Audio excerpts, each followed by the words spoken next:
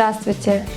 Сегодня поделюсь с вами очень полезной информацией, одним из законов денег, а именно о кредитах, займах, ипотеках и тому подобном, и почему же их так сложно выплатить. Есть несколько основополагающих моментов, которые преграждают человеку путь к финансовому благополучию. Один из них – это страх.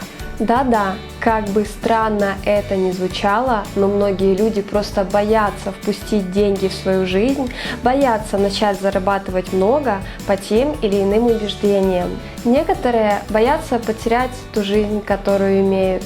Некоторые боятся, что изменится к ним отношение окружающих людей. Есть очень разные виды страха, на этом мы сейчас не будем останавливаться, но если вас беспокоит страх, то я рекомендую вам посмотреть видео, в котором я даю четко и кратко техники, которые помогут вам справиться с вашими страхами. Ссылочка на это видео сейчас появится здесь вверху, а также я оставлю ее внизу в описании под данным видео. Следующая основная причина, мешающая вашему потоку денег, это, конечно же, лень. И если вы сидите на диване и ждете, что на вас с неба свалится гора денег, то, конечно же, этого не произойдет, ну, разве что у вас есть богатенький спонсор. Лень – это барьер, который обязательно нужно преодолеть не только для заработка денег, но и для улучшения качества вашей жизни в целом. Ну а если вы не знаете, как это сделать, то я предлагаю вам полную инструкцию с максимально полезной информацией по преодолению лени и прокрастинации. Ссылочка на это видео сейчас появится здесь вверху, а также я оставлю ее под видео в описании. Итак, переходим к самому главному. Почему кредиты, займы, ипотеки и тому подобное – это зло и почему не стоит иметь с этим дело? У каждого человека есть так называемая финансовая емкость.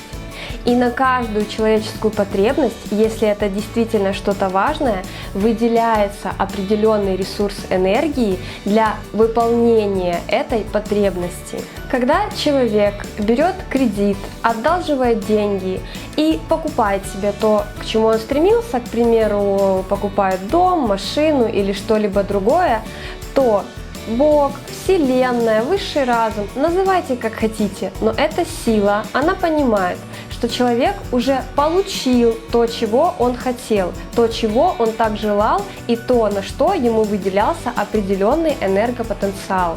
Итого, цель достигнута, желаемое получено. И все, вам перестают выделяться силы для выполнения этой задачи, перестают в жизни встречаться люди, которые могли бы помочь вам в достижении этой цели, перестают происходить ситуации, которые бы способствовали тому, что ваша цель была бы достигнута. У вас попросту забирается тот энергопотенциал, который выделялся вам на то, чтобы вы достигли желаемого. Понимаете, что происходит? А люди, которые изобретали кредиты, займы и тому подобное, прекрасно это понимали. Подумайте об этом.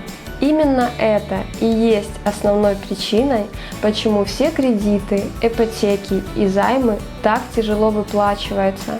А некоторые люди, к сожалению, проводят всю жизнь, беря новые кредиты, чтобы погасить кредиты старые. Это замкнутый круг.